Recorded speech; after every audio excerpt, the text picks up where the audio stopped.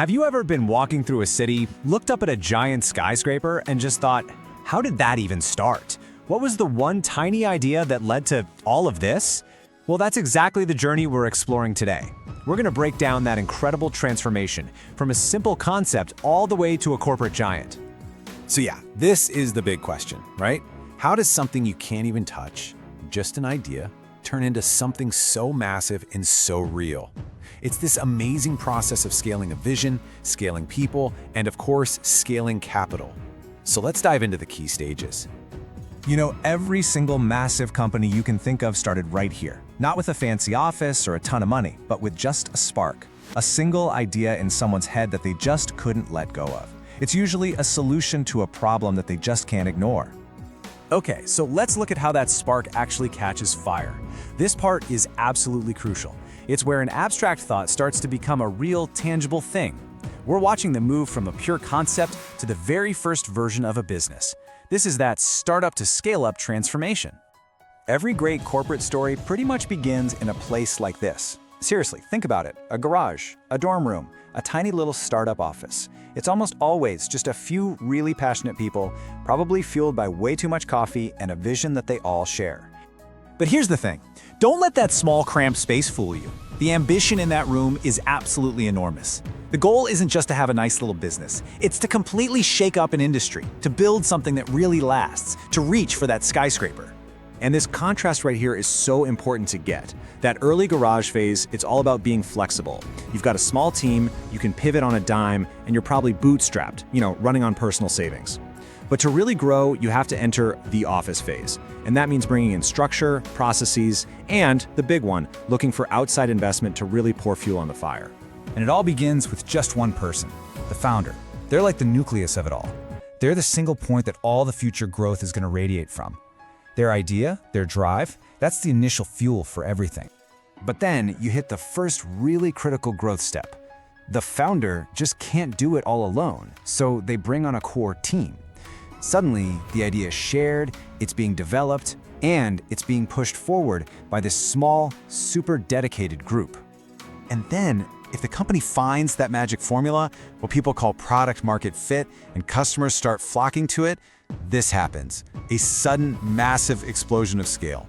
And this isn't just growth, we're talking hyper-growth.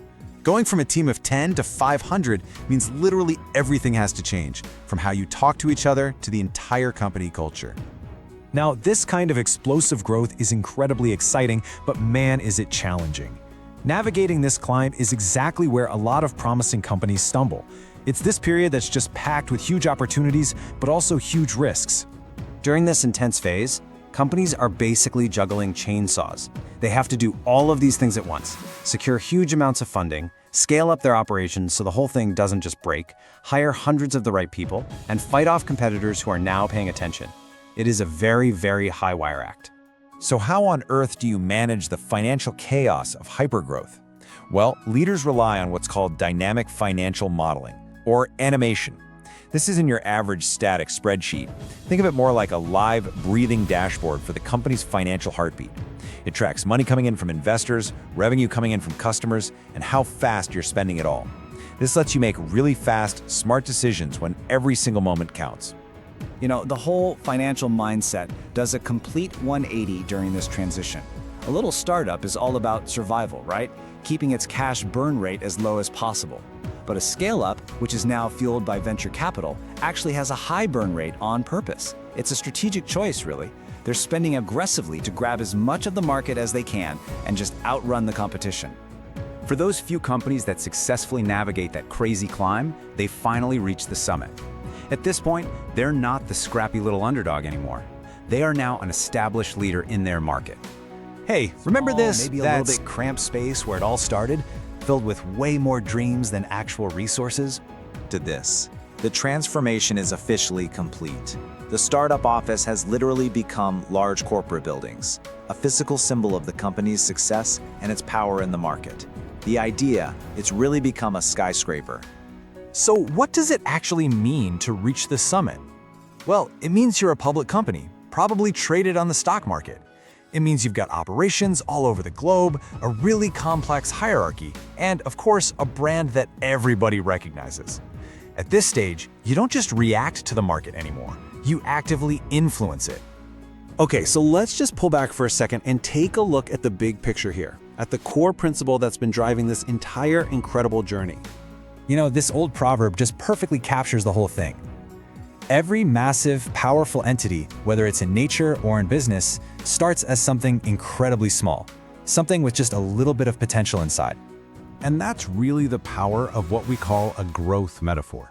By thinking about a company's life cycle like a seed growing into a huge tree, we can get a much better handle on all the different stages, the challenges that are bound to come up, and the incredible transformation that defines what success looks like. And that kind of leaves us with one last thought. Every single major corporation you see out there today started as just a spark. That same journey of growth is happening right this second in garages and small offices all over the world.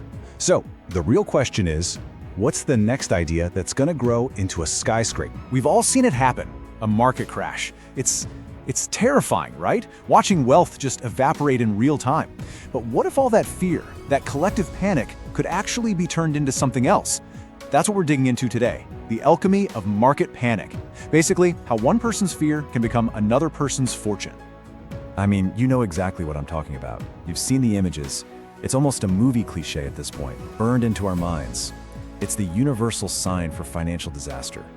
The screens are just glowing red. The tickers are plummeting. Every single headline is screaming things like crash, plunge, meltdown. It's a whole visual language, and it's designed to do just one thing: set off alarms in your head. And boy, does it work. You can almost feel that frantic energy, right? The desperation. It's like a stampede for the exits, everyone just scrambling to get out before their savings just evaporate. The gut instinct is to just sell, right now. But then, you look closer. In the middle of all that chaos, there's always one person, standing perfectly still. They're not running, they're just watching, thinking. It's like they're totally detached from all the hysteria. So you've got to wonder, right? What do they see that everyone else is missing? What's going on in their head that lets them stay so calm when the whole financial world is just shaking apart? Let's unpack that. All right, so first up, let's talk about what happens when the market actually panics. Before we can get to the opportunity, we got to understand the crash itself. You see, it's this vicious, self-feeding cycle. The scary headlines spark fear. That fear makes the charts dive. Seeing the charts dive creates this widespread panic, which of course fuels a massive sell-off. And that just creates even worse headlines and steeper falls. It's a perfect feedback loop of pure fear. So what's really driving this whole cycle? Well, that brings us right to our next section, the psychology of the crowd. This is basically the engine of the panic, and you really have to get this part. Okay, so the main driver here is something called herd mentality, and it's a really deep-seated survival instinct. Think about it. If you see a whole herd of animals stampeding, you don't stop and ask, hey, what's going on? No, you just run with them. In the stock market, that same exact instinct can be, well, financially devastating. Yeah, this quote just nails it. When everyone is running for the exit, no one stops to check if the fire is real. The fear of being the last one out gets so big, so overwhelming, that nobody even pauses to ask if there's a real reason to run. The panic itself becomes the reason to panic. But we know this isn't the only way to react, right? We've got that person standing still in the crowd. So let's explore that other path, the one that leads away from the chaos and, believe it or not, towards opportunity. And that's where we get to section 3, the logic of the loner. Now we're going to step inside the mind of that contrarian investor, the one who's walking against the tide.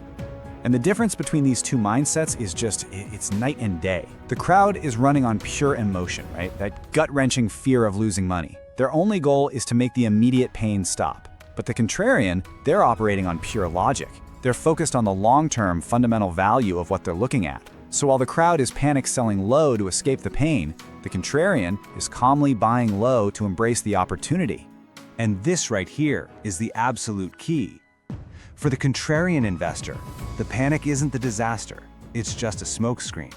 It's this temporary fog of emotion that's hiding the real value of things. And their job is to see right through that fog to the opportunity waiting on the other side.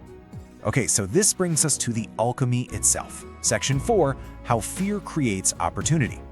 How exactly does this raw material of fear get transformed into the gold of financial gain? Let's break it down. It's actually a pretty simple three-step one. process. Widespread fear kicks off a mass sell-off. Everybody wants out. Step 2. This huge flood of selling pushes prices way below what they're fundamentally worth. And that leads us to step 3. A historic buying opportunity is literally born from all that chaos. It's basically a massive discount sale for anyone who has the clarity and the courage to buy. And that's the alchemy. You see, the contrarian doesn't just put up with the fear, they actually need it. It's the essential ingredient. Without the crowd's panic, prices would never get so disconnected from reality, and the opportunity would just never exist. The two things are completely inseparable. Which brings us to our final section, and it's an important one, the contrarian question. This is where we boil everything down to one crucial takeaway for you. So, what should you remember from all this? First, panic is an emotional reaction, not a strategic one. It feels urgent, but it's almost never logical. Second, a huge opportunity is often disguised as a crisis. And finally, and this might be the most important one, while running with the herd feels safe, it can often be a stampede right off a cliff. So, we'll leave you with this thought. The next market panic, well, it's not a question of if, but when. And when that day comes, when the screens are all flashing red and the stampede begins, you have to ask yourself, who are you going to be? Just another person running with the crowd? Or will you be the one standing still, seeing the opportunity that all that chaos is trying to hide?